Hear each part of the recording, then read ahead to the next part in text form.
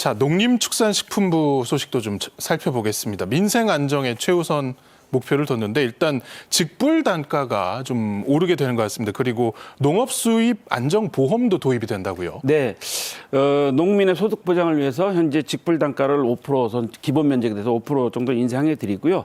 지급 대상자 기준도 좀 완화를 시켜준다고 합니다. 그러니까 농해 소득이 있어도 이제 완화시켜 준다고 하고요. 그다음에 이제 재해나 지금 기후나 여러 가지 문제 때문에 재해나 가격 문제가 많이 되다 보니까 농업 수입 안정보험을 전면적으로 도입하겠다고도 했습니다.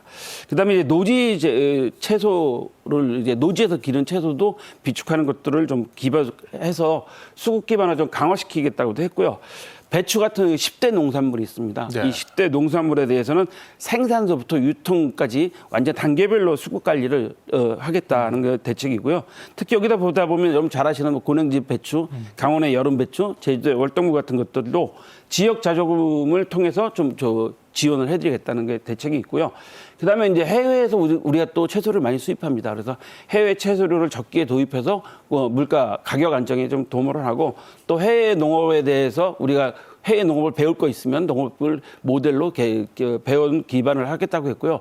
앞서 말씀드린 것처럼 농작물이 가장 많이 현재 영향을 받는 게 기후 변화입니다. 그래서 기후 변화에 대해서 여기에 적응되는 품종들을 개발하겠다라는 게 농림축산부의 올해 계획인 것 같습니다. 예.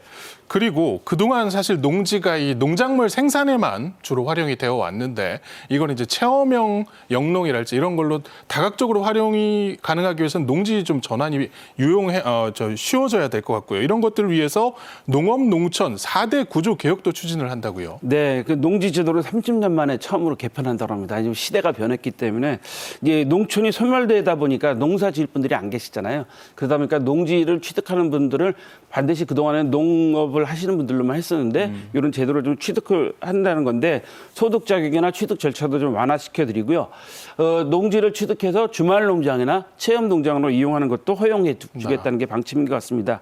특히 그 쌀 생산이 지금 많이 되고 있어서 올해만 해도 벼 재배 면적을 약 8만 헥타르 정도 감축시키겠다는 게 목표이고요. 그에 반해서 고품질 쌀 생산 단지도 별도로 시범 단지를 시도별로 운영하겠다는 거고요. 그다음에 여기에 이제 추가해서 이제 스마트 시대가 되니까 스마트 농업 생산 비중을 20%까지 확대하는 정책을 하겠다는 것도 갖고 있어서 스마트 농업 육성 지구도 4곳이나 지정하겠다고 했고요. 그다음에 요즘 한참 유행하는 푸드테크, 그다음에 그린바이오를 성장을 위해서 약 1,000억 200억 정도의 예산을 투입하겠다고 했고요. 그다음에 K푸드 수출을 위해서 올해만 약 140억 달러를 달성하는 것을 목표로 삼았다고 합니다.